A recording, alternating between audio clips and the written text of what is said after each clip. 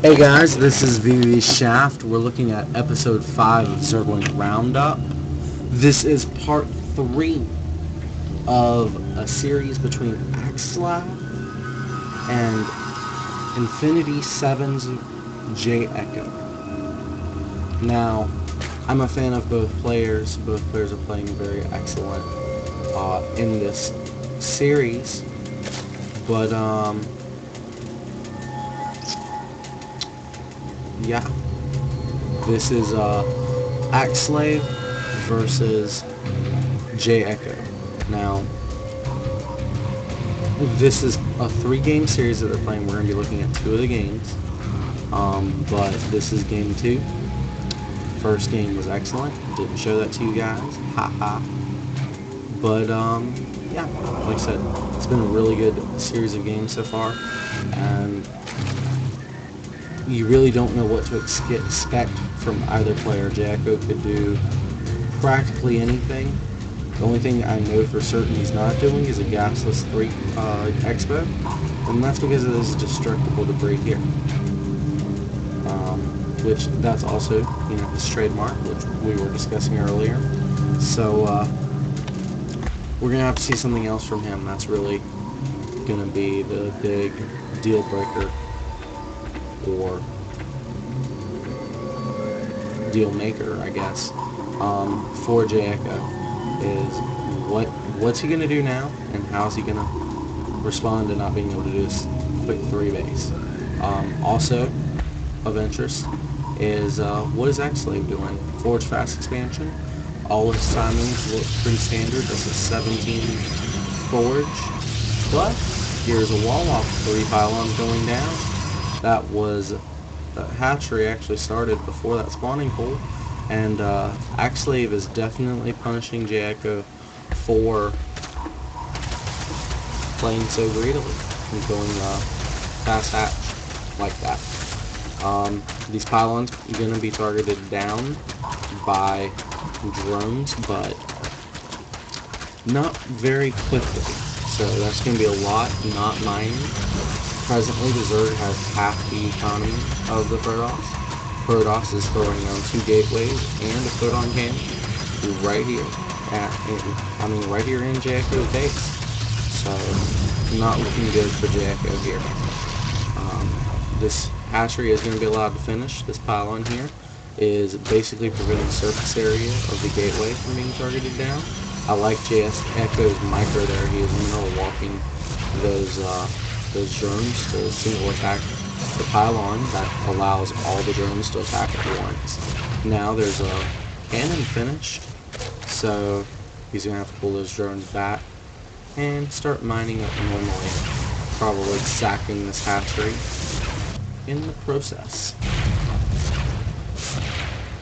That second gateway was cancelled for extra minerals. Spine crawler will be built within range of this pylon. That's going to allow only 1 pylon to be on the map for the Protoss player, which will make this position right here very vulnerable.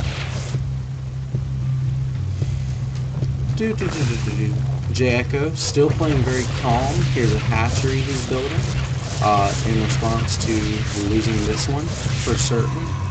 And he is playing this as calmly as he possibly could, making decisions, spending his money. In this particular situation, it's better to just do something, anything, rather than freeze and just let your opponent have his way with you, which a lot of players will let happen. Ooh, wow, these broodlings targeting down this photon cannon. Some wings being built as well, and that is going to be the end of that cannon, in fact.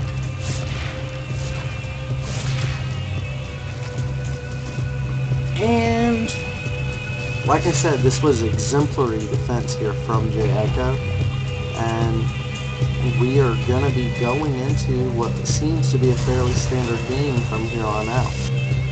This cannon rush has bought AxSlav basically as much time as he wanted to tech or get an economy or do whatever he wanted. He decided to go Stargate, and that will be the follow-up AxJEcho is going to have to get ready for. He does not have an evolution chamber, He's got one half HP queen, one full HP queen, and that's as far as his anti-air goes.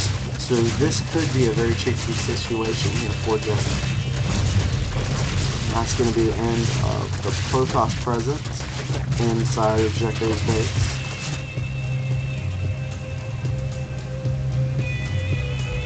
And moving right along, Jacko is spreading his lanes out. And AxSlav just looking around the map. I guess he's going as far around as possible. Okay, yeah, that makes sense. He's just trying to avoid any scouting lanes as he moves out across the map to lay down proxy pylons.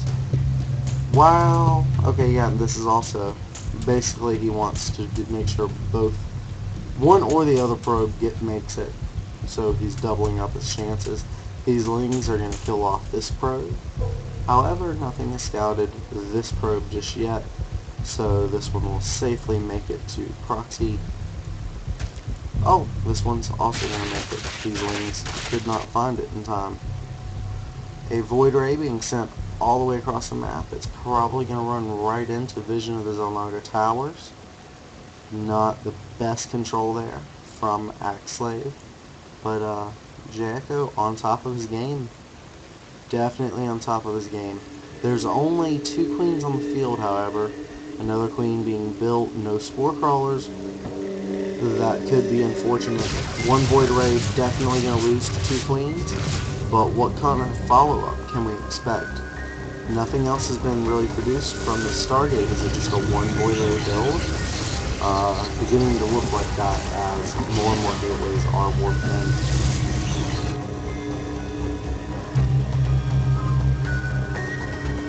The Void Ray seems to be here to exert map control and limit the number of bases. Yet here's a second Void Ray. 2 Void Ray? Seeming like it. Alright, so we don't have a 3rd and 4th gaps taken by Jacko. He's playing very conservatively there, focusing more on minerals equal drones. And 2 Void Rays going to dash any hopes Jacko had of dropping a 3rd here before the 12-minute mark. Lings caching a probe. That was one on the Xel'Naga tower. Still killing the probe and the pylon. Very nice control there. And here is a Zealot Sentry force moving out onto the map for AxSlav. We got a mini engagement. Jacko just throwing what he can at it to buy some time. 32 lings are being morphed out onto the field. He does not have a roach warning. This could be bad because that's a lot of sentries on the field. And those Void Rays, if there are no queens alive, that's gonna end his Zerg. So he's wisely choosing to target down those Void Rays first with his queens, but most of his army has died now, so queens are being targeted. The Void Rays are falling, but queens are falling faster. Lings are still being rallied in to fight the Protoss force, but it's not going to be enough as queens are being targeted by Zealots and Sentries at this point. It's not looking good at all for Jacko. He's starting to lose Overlords. Will his supply plummet? Yeah, okay, so he does not have anything to buffer for his queen. Jacko says GG, goes ahead, leaves the game. AxSlav taking the victory off the back of a Void Ray. So now this best of 3 is tied at 1-1. We will be moving on to the 3rd game. As I said, the 1st game you were not allowed to see.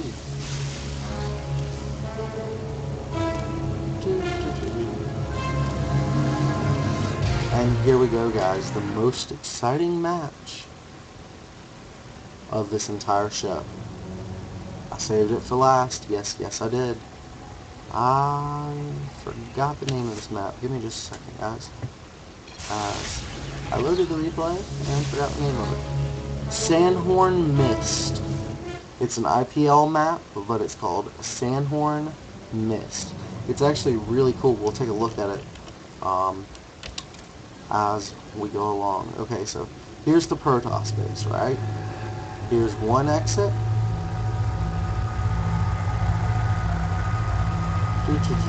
Okay, so you see all that, and then here's his other base. So this is just a little ledge here. Then you got all this down here, all this. Look at the middle. See? Just a really, really cool map. And then coming here from a Zerg perspective, again with the ledge thingy,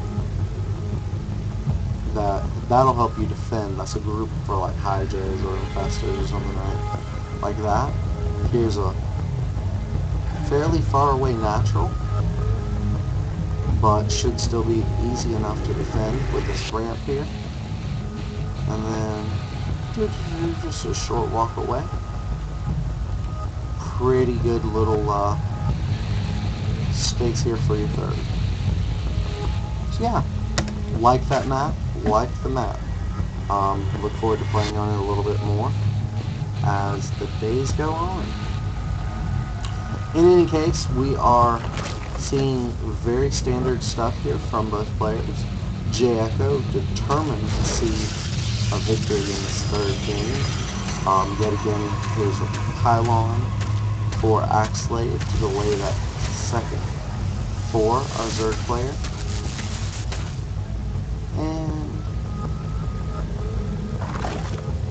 it will be a Nexus before Forge. So opponent definitely trying to do some economic shenanigans.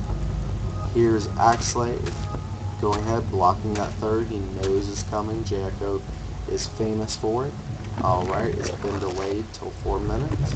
That's good enough for him. So now we have the gasless 3 base of AxSlav versus Nexus first from AxSlav. Cannon finishing up about the time 4 lings arrive. 4 lings trying to brute force their way through. 1 ling does manage to get through. It's going to be sent around the back of the Protoss base just so that he can get some scouting information, do a little bit of harassment to these probes. And we have both players just playing very standard, trying to do little edges here and there. These little edges like scouting your opponent's base for 2 or 3 minutes with a lone Zergling. These little edges, they build up. Ooh, this ledge here even being utilized here by AxSJEcho. You don't really see players using stuff like this on maps they don't know, so I'm surprised to see it. Obviously he's been practicing a little bit more than I have though, so maybe experience has taught him well.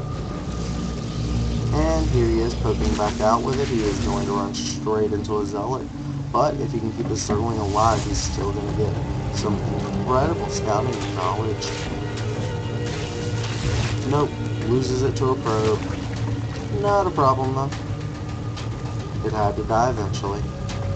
Here's a Robo facility. 1 gate Robo for our Protoss AxSlav.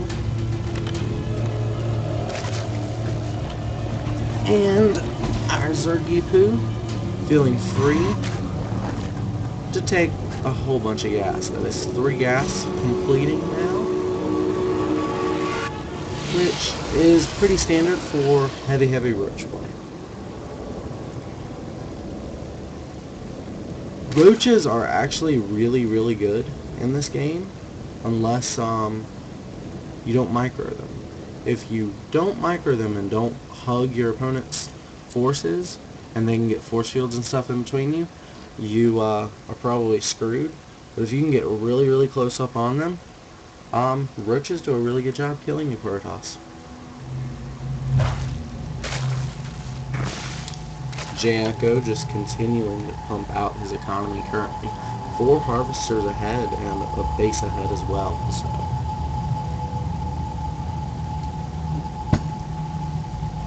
getting ahead every inch by inch.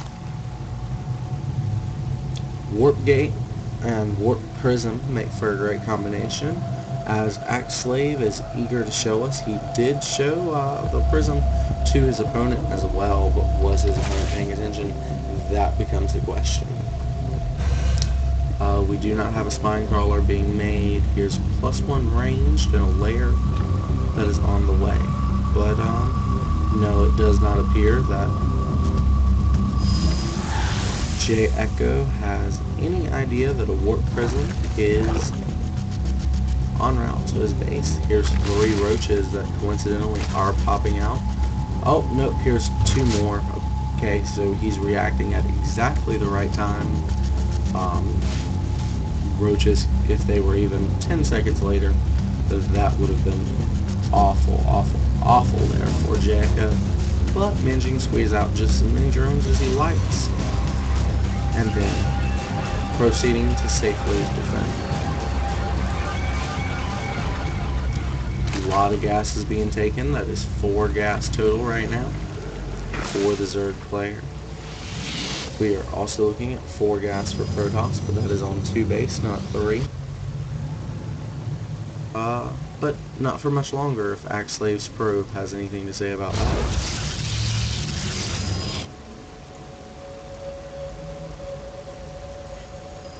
Small group of Immortal Sentry moving out onto the field. AxSlav's roaches moving out to greet it. Going to go ahead, force some force fields. Pretty much wasted energy. And the Protoss army is just going to run back to his base and safely turtle up just a little bit more, maybe even try to get his third established. Moving over here to check on this 4th base and maybe even limit the creep spread just a little bit.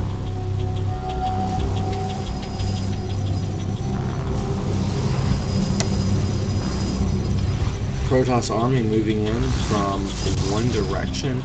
The Zerg immediately decides he's going to pull all these drones and send them home, throwing all of his roaches right into the natural of his opponent. His opponent going ahead and hopping on creep, going to kill this 3rd.